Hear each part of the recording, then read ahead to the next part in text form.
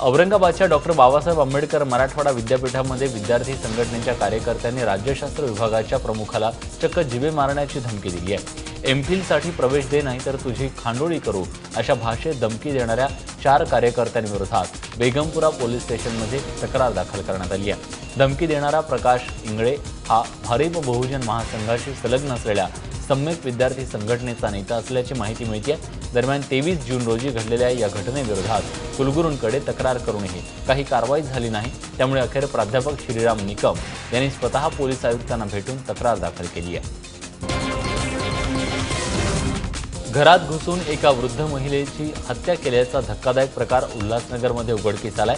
वीणा रमणानी असं या वृद्धेचं नाव असून या घरात एकट्याच राहत होत्या, तर त्यांचा मुलगा आणि सून बाजूच्या इमारतीत राहिलाय।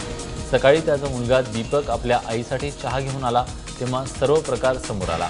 तोंडावर उशी दाबून मारेकऱ्यांनी वीणा रमणानी यांची हत्या केली। तसंच वीणा यांच्या हातातील बांगड्या आणि कानातील रिंगा मारेकऱ्यांनी चोरून नेल्यात। त्यामुळे ही हत्या चोरीच्या उद्देशाने झाली असल्याचा पोलिसांचा प्राथमिक अंदाज आहे। मात्र वीणा यांच्या घराचं दार तोडण्यात आलं नव्हतं, त्यामुळे कोणी ओळखीच्या व्यक्तीनं ही हत्या केल्याचा संशय व्यक्त केला जातोय।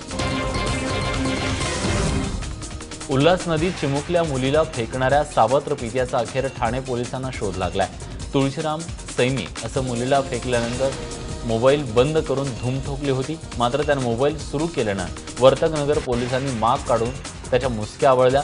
न्यायालयाने त्याला 7 जूनपर्यंत पोलीस कोठडी सुनावली आहे। वालीवली एजंडल जवळच्या पुलाखाली नदीत वाढलेल्या जलपर्णीवर 30 जून रोजी एकता सैनी ही 6 वर्षाची चिमुकली तरंगत असल्याचं आढळलं आणि नागरिकांनी तिला दोरखंड बांधून वाचवलं होतं। एकता ही ठाण्यातील लोकमान्य नगर इथले राहणारी असल्याचं कळलं आणि त्यानंतर सगळा प्रकार समोर आला।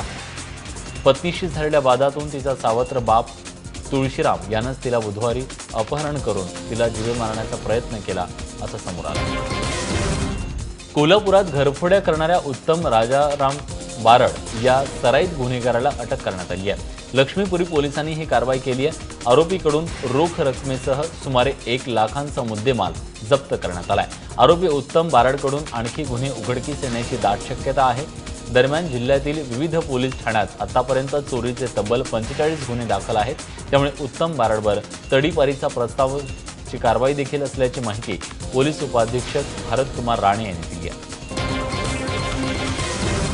नवी मुंबईत घरफोडी करणाऱ्या 6 जणांच्या टोळीला पोलिसांनी जेरबंद केलंय। हे आरोपी मुंबई आणि नवी मुंबई परिसरात राहणारे आहेत। या आरोपींकडून पोलिसांनी दागिने, LED टीव्ही, कॅमेरा, मोबाईल असा 12 लाख रुपयांचा मुद्देमाल जप्त केलाय। ही टोळी रात्री स्विफ्ट गाडीमध्ये फिरून सोसायटीमधील घरं किंवा दुकानं हेरत असत। यानंतर या ठिकाणी जे काही दागिने, टीव्ही, लॅपटॉप, कॅमेरा, मोबाईल मिळेल ते चोरून नेत असत आणि या प्रकरणी नवी मुंबईतील वेगवेगळ्या पोलीस स्टेशनमध्ये गुन्हे दाखल झाले होते। तेव्हापासून पोलीस या टोळीच्या मागावर होते। अखेर सापळा रचून या टोळीला जेरबंद करण्यात आलंय। रमजानच्या ईदच्या तोंडावर पिंपरी चिंचवडच्या अजंठा नगर भागातून 5 शेळ्या आणि 2 बकऱ्यांची चोरी झाली आहे। जोगदंड कुटुंबाच्या मालकीच्या शेळ्या आहेत। महत्त्वाची बाब म्हणजे या बोकडांच्या कपाळावर चंद्राची कोर असल्यानं त्यांना ईदच्या कुर्बानीसाठी लाखो रुपयांची किंमत मिळते।